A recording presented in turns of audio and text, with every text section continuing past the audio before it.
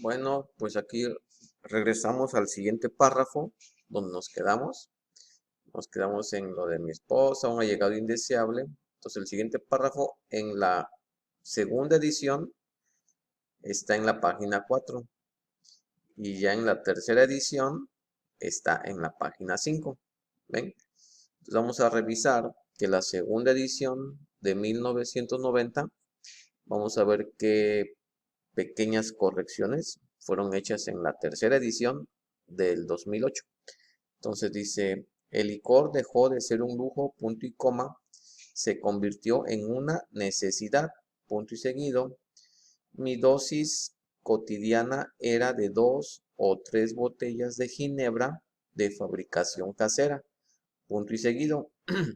En ocasiones, coma, alguna pequeña operación me dejaba aquí está el primer cambiecito, en esta segunda edición, fíjese cómo dice, unos cuantos, aquí dice, unos cuantos dólares.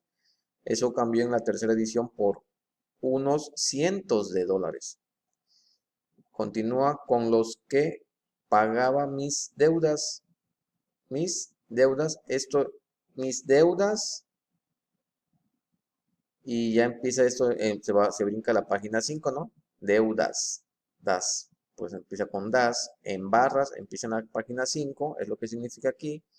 Se brinca a la página 5, la segunda edición, en barras, en bares. Miren, aquí en lugar de bares, aquí la segunda edición dice barras, barras, ¿no? Una cantina.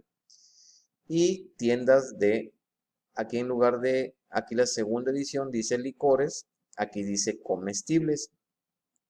Y eso es punto y seguido. Y continúa el texto, dice, esta situación se prolongaba indefinidamente y empecé a despertar tremendamente tembloroso, punto y coma. Necesitaba beberme una copa de ginebra seguida de media docena de botellas de cerveza para poder desayunar, punto y seguido. A pesar de esto, coma, aún creía que podía controlar la situación y tenía periodos de sobriedad que hacían renacer las esperanzas de mi esposa. Entonces así vemos la comparación físicamente hablando entre la segunda edición. También recordemos que la segunda edición de 1990 es exactamente la misma en cuanto al texto y la traducción, exactamente la misma de la primera edición de 4 años antes, que es de 1986. Solo que esa primera edición salió sin historiales y en esta segunda edición se le agregaron historiales. Pero el texto, la traducción es exactamente la misma. Entonces la diferencia es entre la segunda edición y la tercera edición. Ya les mostramos los ejemplos, pues los pequeñas correcciones que hicieron. Ahorita regreso. Gracias. Pues bueno, aquí ya revisamos que la tercera edición del 2008, que es esta, ya la comparamos con la segunda edición. Y ya tenemos las correcciones pequeñas marcadas en amarillo. Es el párrafo que vamos a ver ahorita. Entonces lo vamos a comparar ya con esta es la tercera edición del 2008. Tiene las correcciones que vienen de la segunda edición de 1990. Recordando que la segunda edición es exactamente la misma que la primera edición de 1986. Solo que esa edición salió sin historiales. Entonces aquí tenemos una interpretación en un grupo de unos compañeros de España que hicieron algo como regional y vamos a ver lo que esa es la diferencia entre una interpretación y una traducción. Una traducción es más fiel, debe ser más fiel al original en inglés. Una interpretación se le agregan palabras, se le quitan, le ponen, le cambian cosas.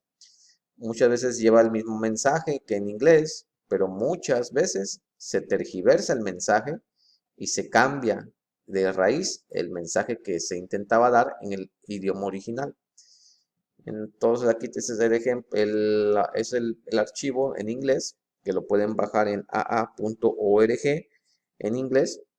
Y esta es nuestra traducción sugerida. Nosotros hemos ido palabra por palabra, frase por frase. Entonces aquí lo vamos a checar. Voy a leer primero nuestra traducción sugerida, que es apegada al inglés, o al menos lo intentamos hacer lo más que pudimos. Dice, el licor cesó de parar, o sea, cesó de ser un lujo. Nosotros le pusimos coma, y le agregamos una conjunción, la conjunción y, porque van unidas las dos ideas, van unidas, entonces le ponemos y se convirtió, o llegó a ser, ¿no? Y se convirtió en una necesidad. Ahí lo separamos con punto y seguido. El bathtub gin es algo que se tuvo que interpretar, pero pues dice, ¿no? La ginebra de fabricación casera, porque se hacía ahí en los baños, ¿no? En esos años. Habría que investigar un poquito más cómo se hacía esa ginebra, ¿no? En las casas, de manera personal, en aquellos años de 1930, ¿no? Los 20, aquí en Estados Unidos. Entonces quiere decir de eso, o sea, una ginebra de fabricación casera.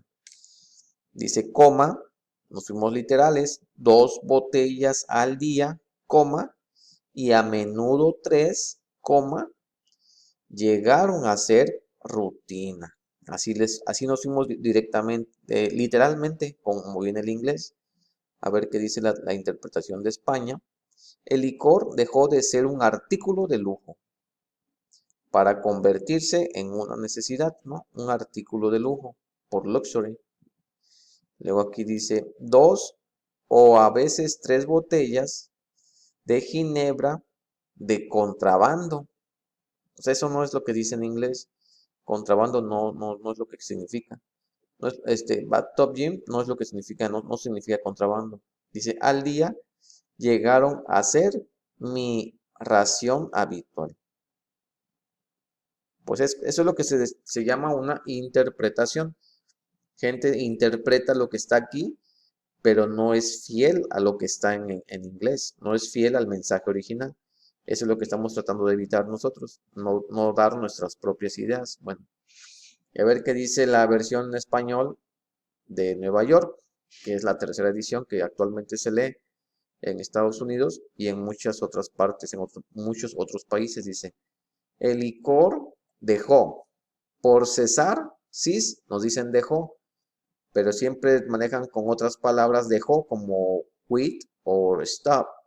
Nomás usan la palabra dejó, o sea, no ponen, no se van, no son fieles al inglés. Bueno, dejó de ser un lujo, punto y coma, se convirtió, puede ser si se convirtió en una necesidad, ok, punto y seguido. Mi dosis cotidiana, oh, ok, de aquí sacaron su idea los de España, con mi ración habitual, o sea, España, bueno, o uno u otro, pues se apoyaron uno al otro, quién sabe. Entonces dice mi dosis cotidiana, pero aquí no dice mi dosis cotidiana. Bathtub gin, o sea, en inglés no dice eso. Entonces dicen los dos, mi dosis cotidiana era de 2 o 3 botellas de ginebra de fabricación casera. Pues ustedes son los que van a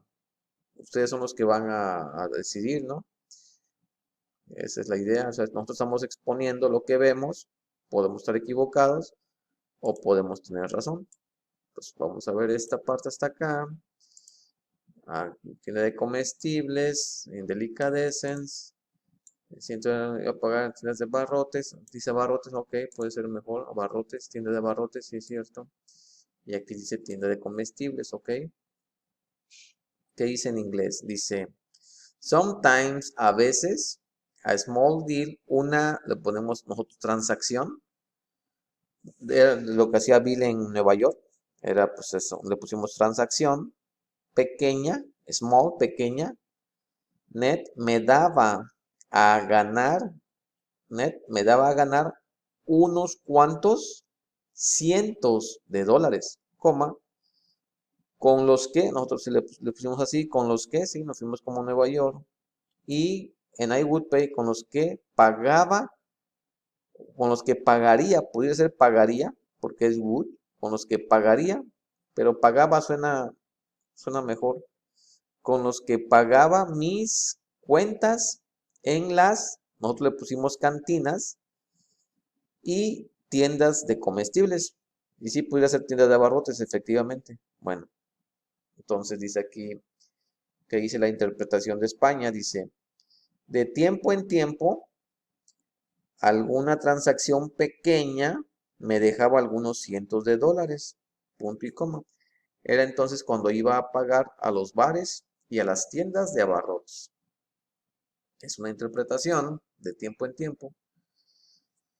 ¿Y qué dice la versión de España, de Nueva York en español? Dice, en ocasiones, sometimes, en ocasiones, alguna pequeña operación, ¿no? Por deal dicen operación. Small deal, ¿no?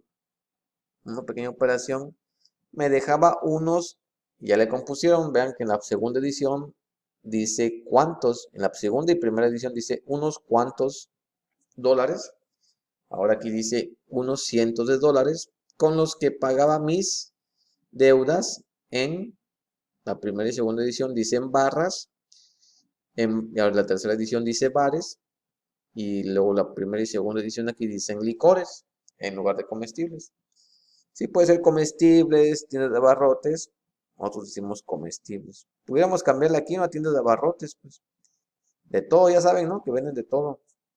Sí, pudiéramos cambiarle ahí, pero bueno, comestibles. Sí, abarrotes, pudiéramos hacer eso. Sí, lo vamos a hacer, yo creo. Entonces, continuamos con el siguiente ejemplo. Es de este aquí hasta este punto. Luego aquí dice esto lentamente hasta aquí. De tiempo en tiempo, el mismo ciclo. Con los temblores, según esto. Aquí Nueva York dice, estaba para desayunar. Estaba temblando violentamente. Tembloroso, a ver. Hmm. Un vaso, bueno, eso creo que hasta aquí termina. Ok, vamos a ver si aquí estamos bien. Bueno, dice en inglés, esto went on endlessly. O sea, esto se prolongaba, esto no tenía fin. O sea, endlessly es no tener fin, ¿no? Pudiéramos cambiarle ahí. Esto no tenía fin. Bueno, podemos hacer esto. Está bien, no tiene gran peso en el mensaje. Podemos interpretarlo de cualquier manera. Dice, esto se prolongaba, ¿no? Indefinidamente, ¿no? En inglés, indefinidamente es que no tiene fin. Esto se prolongaba indefinidamente, coma, y comencé o inicié, ¿no? Empecé a despertarme. Porque dice despertarme, ¿no? Ay, o sea, yo empecé a despertarme muy temprano, no puede ser muy tempranamente, ¿no? Pues muy temprano, en las mañanas, temblando violentamente. Los que tengan la experiencia en el alcoholismo, pues eso lo entenderán claramente. ¿Qué dice la interpretación de España? Dice, el mismo ciclo se repetía sin cesar. Es una interpretación. Dicen punto y seguido. Aquí hay una coma en inglés en el original, ¿no? Y ellos ponen punto y seguido y dicen, posteriormente, coma, empecé a despertar muy temprano en la madrugada, sacudiéndome con violentos temblores. Una interpretación que dice Nueva York en la de español. Esta situación, this went on endlessly, esta situación se prolongaba indefinidamente y empecé a despertar tremendamente tembloroso. No dice nada de la mañana, ¿no? Que está en inglés, o sea, in the morning, o sea, se les pasó in the morning, en las mañanas. Ahí se les omitió eso en Nueva York. Bueno, eso sucede muy seguido. Nosotros aquí terminamos, le ponemos un punto y seguido y nos vamos a la siguiente. Unimos frases. La siguiente situación dice que breakfast. la situación. O aquí no, bueno, también. Podemos poner aquí un punto y coma. Ok, pues no me hallaba. Ok, bueno, hay que hacerlo, hay que poner un punto y coma ahí. Aquí tenía y atravesada pero cuando no, poder controlar la situación. Aquí, la situación aquí. Y luego la versión de Nueva York, la situación. Sí, ellos continúan, nosotros tenemos que poner aquí un punto y coma y empezar con minúsculas para que vayamos fieles al original. Bueno, lo vamos a hacer. Dice, a tumbler full of ink, un vaso lleno con ginebra, coma, seguido de media docena de botellas con cerveza, porque pues, no son de cerveza, son con cerveza, coma, would be required, serían requeridos, ¿no? Eran requeridos. Se cambia la voz pasiva por voz activa. Eran requeridos por si fuera a comer. Podría ser literalmente comer algo de desayuno, ¿no? Pero pues es por si fuera a desayunar, pues. Por si fuera a desayunar algo. If, ¿no? El if. Por si fuera a desayunar algo. Aquí nosotros le pusimos punto y coma. Y a pesar de esto, nevertheless, I still todavía pensaba que podía controlar la situación. Aquí nosotros le pusimos el punto, tenemos que ponerle punto y coma y empezar con minúsculas. Bueno, lo vamos a hacer.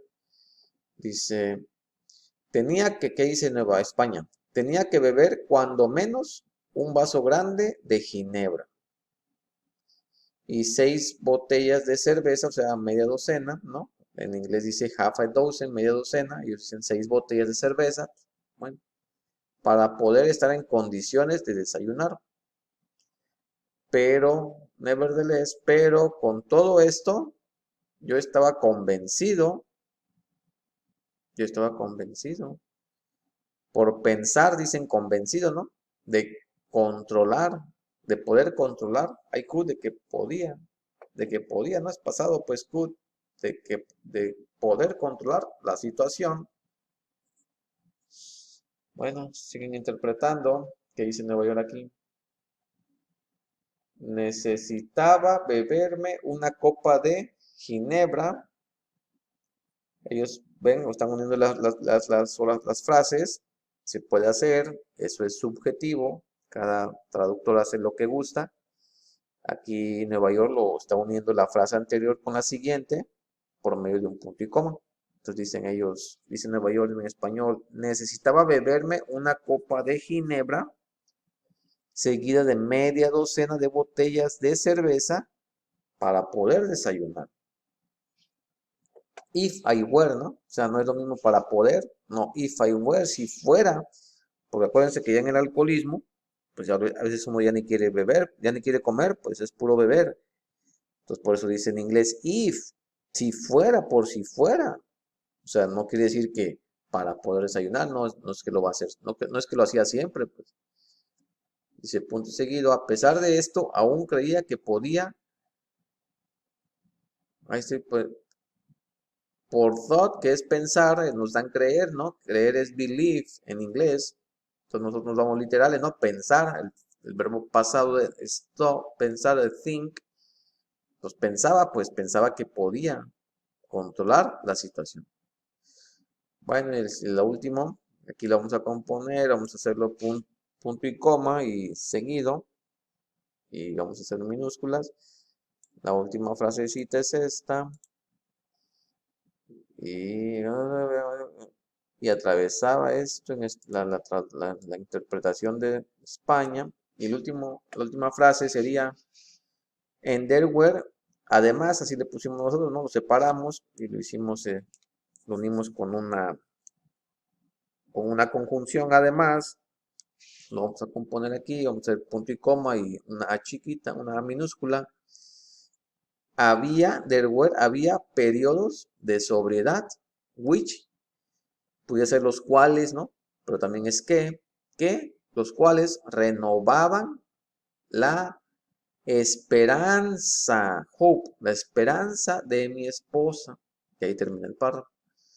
¿Qué dice España en su interpretación? En there were, y atravesaba por periodos de sobriedad que le devolvían la esperanza a mi esposa. Que le devolvían. Renew. Bueno, y Nueva York, ¿qué dice? Y tenía periodos, y tenía, por there were, tenía, tener, no, es saber, o sea, there were, there is, es there is, no es to have. Tenía periodos de sobriedad que hacían renacer, por renew, nos dan renacer, ¿ven? O sea, cuando renew es renovar, pues, o sea, es renovar. Las esperanzas, ¿no? En plural, la esperanza. En inglés es hope. La esperanza de mi esposa. Bueno, pues ahí se los dejo para su propia reflexión. Gracias. Ahorita continuamos con otros videos. Gracias por ver esto.